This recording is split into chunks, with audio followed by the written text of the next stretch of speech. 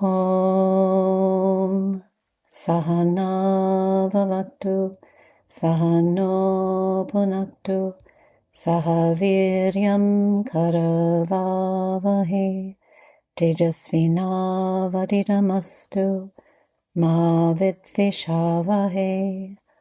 Om Shanti Shanti Shanti. Hari Om. Over the past 35 plus years of working in the healing arts and in spiritual self-development, I have seen people trying to manifest love, better health, their connection to their purpose, abundance, and meaningful work. What I've noticed is that the thing standing between us and our dreams is usually not a lack of desire.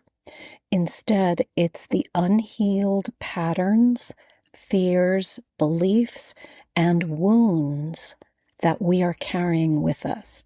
Today, I want to talk about the healing work behind manifestation and why inner transformation is often the missing piece that allows our deepest dreams to finally take root and flourish. They blossom in our lives. Namaste and welcome to the Spiritual Wealth Podcast. I'm your host, Alexandra Savitri Amba, director of the American Reiki Academy, Los Angeles' oldest Reiki school, and the Vedic Healing Center. I'm a Reiki master, Vedic healing master, and spiritual guide who has practiced and taught spiritual self-development and healing for more than 35 years, led pilgrimages to India, and studied with blessed Indian gurus. In this show, we cover topics related to metaphysics, Reiki, Vedic healing, yoga, manifestation, spiritual growth, and feng shui based upon my studies and work in these disciplines. The aim of this show is to help you awaken, develop, and tap into your spiritual power in order that you may live well, manifest your dreams, and ultimately fulfill your unique divine destiny. So welcome to today's episode, and it is on manifestation, but it's on manifestation as it relates to healing work and how healing work is really underneath whatever you manifest. So what I've noticed is that people try to create on top of an old identity, an old foundation. In other words, if you think about your desk and maybe it's covered with papers. Now, you can create on top of those papers. You can just say, I'm going to ignore all this stuff on my desk and I'm going to create whatever I am working on, let's say on the computer or whatever. But underneath, all those papers exist. I did an episode recently, I think it was the last one, on the cobwebs that are there in your space and looking at your being as having cobwebs. So it's a little bit of a similar analogy. In other words, we are trying to work on top of debris that is already there. And the thing is, beneath all of the desires, there are layers of fear, of self-doubt, of grief, of disappointment, of beliefs that sometimes we're not even aware that we are carrying in our energy fields. And it's also like kind of trying to build something on unstable ground. So let's say you've bought a plot of land and you want to build a house. The first thing you're going to do, and I'm not a builder, but is clear the ground, make it stable, make it so that the house is going to have a strong foundation, but you're going to look at what's going to be underneath the foundation. And how this translates is you can have a vision, you can have a blueprint, you can have a desire, you can have a dream. But if your foundation underneath is cracked or broken in any way, or full of cobwebs, as I said in the last episode, it begins to affect everything that you build on top of it. And that's why healing and manifestation are so deeply connected. So I think about all the work I did with mentors of mine to enable me to ultimately manifest big dreams in my life. And at the time, I wasn't even necessarily thinking of what I wanted to manifest. Sometimes I was, but sometimes I was just aware that there was something here that I needed to shift. And so we worked on that as part of the grander vision. And this has been my experience, that manifestation is an inside job. It's something we do by looking within ourselves. And that's why I say, I think I say in the beginning of these episodes, I use the term spiritual self-development. So this is the work that I do with people in my private sessions. And it's really for people who want to look at what is ultimately blocking me. So some of the things that might be blocking us are beliefs. You might have a belief down buried deep inside that says, I'm not worthy, or I don't really deserve that, or that's for other people, but that's not really for me. You might have beliefs that you don't even know exist. You might have beliefs that you've taken on from society, you've just absorbed. Remember, as children, we're like little sponges, so we are absorbing, and we're also coming into the lifetime with carrying beliefs and patterns from other lifetimes. And all of this is affecting what we create, what we manifest. All of these things sit beneath everything, and they can sit there for years until something sets them free. Sometimes these things are set free through body work, through energetic body work. And sometimes they're set free through, there's another kind of work I do with people where we are consciously looking at the beliefs and going through a sequence of dialoguing where we get to the root cause of what is blocking, what belief or pattern is sitting in the energy field and blocking you from attracting what you need. And I've spoken, and what you desire. And I've spoken before about how it's all like an onion. So we're unfolding layer by layer. And often when one thing is healed, another thing comes up. So this idea of spiritual self-development is something that is a lifelong process. Now, it doesn't mean you don't manifest dreams along the way. You do. And then you have proof. You have proof for yourself that something is working. Something that you are doing, maybe with a mentor or with a healer, is working. It's setting something free in your system.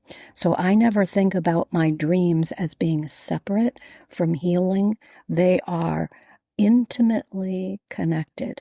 The healing work that I have done is part of what manifests in my life.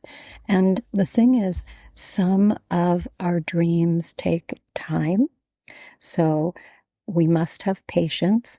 There are layers that we are uncovering, and in the process, emotions come up, awarenesses come up, these aha moments come up, and it's really quite revealing, quite invigorating.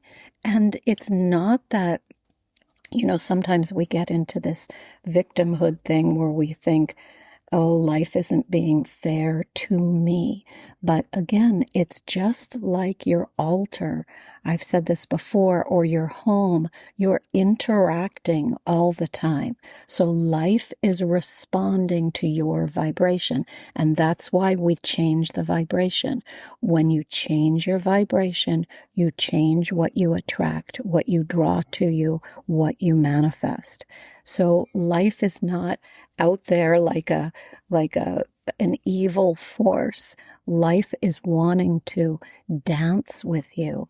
And when you start looking at the blocks that you have and really wanting to address them, not just look at them and sweep them under the rug, or again, put them, let's look at the desk again, and we have a blotter, and we have just stuffed all the pieces of paper under the blotter so that we can work.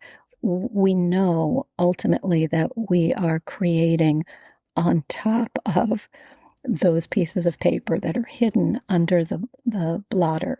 We're sweeping things under the rug. We spend our life sweeping things under the rug unless we decide we are going to actually delve into spiritual self-development work so that we can transform and ultimately, as I always say at the beginning of these episodes, create our unique divine destinies.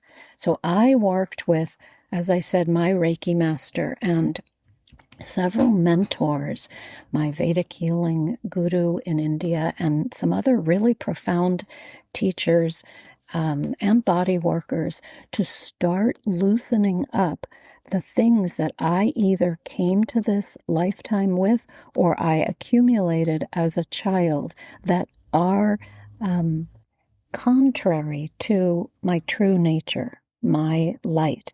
Because once you're living in your true light, which, by the way, can never leave you, you're never separate from your light. But when we work with healing techniques, we are dissolving everything so that we can step more fully into that light and start embodying it. And as we do this, then we notice we begin manifesting things that really are quite extraordinary. So it takes courage, it takes dedication, and it takes curiosity also to start really unraveling what you're holding in your field. And it's also an interesting process because as we work with these techniques, we start to maybe have emotions surface that we didn't want to face. But the thing is, on the other side of the emotions, there is freedom. We know how good we feel after we've cried, because crying is a form of release. It's a release of energy, pent up energy. So when we look at our issues in, if we're doing like transformational self-growth work, like the spiritual counseling that I do with people, it's not counseling. It's a technique of looking at patterns and tracing them back to their source, and then it's a process of releasing.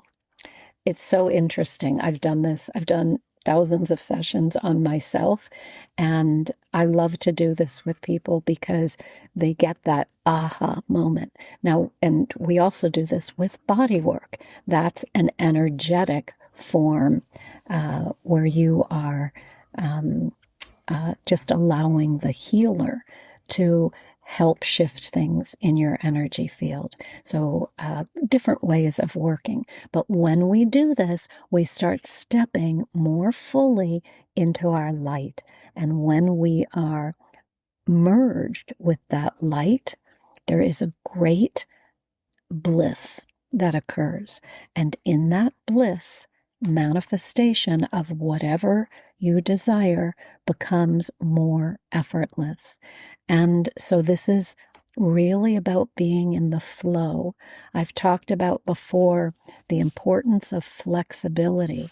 All of this healing work, spiritual self-development work, frees up the nervous system, frees up the energy field, frees up the life force energy so that you can be and act and walk more fully in flow. There is no rigidity. There is no armoring. There is no steeling yourself. There is no bitterness. There is only expansion, an expanded state in your energy field. So I work with people in different ways through body work, through chanting, through this dialoguing that's called soul pattern clearing, where we take one specific issue, a problem that you are having or something you want to manifest, and we go through a process where we get to the root cause and then the process to release it. And once it releases, you get this incredible surge of energy and also a knowing that your dream is on its way to you. It's like when we chant to Ganesh, we're asking that the road be cleared. This is one way of clearing obstacles too. We work with certain mantras in Vedic healing, and we free up the energy field so that our dreams can start flowing to us. We do it through breath work too and visualization. It's a whole comprehensive practice in Vedic healing.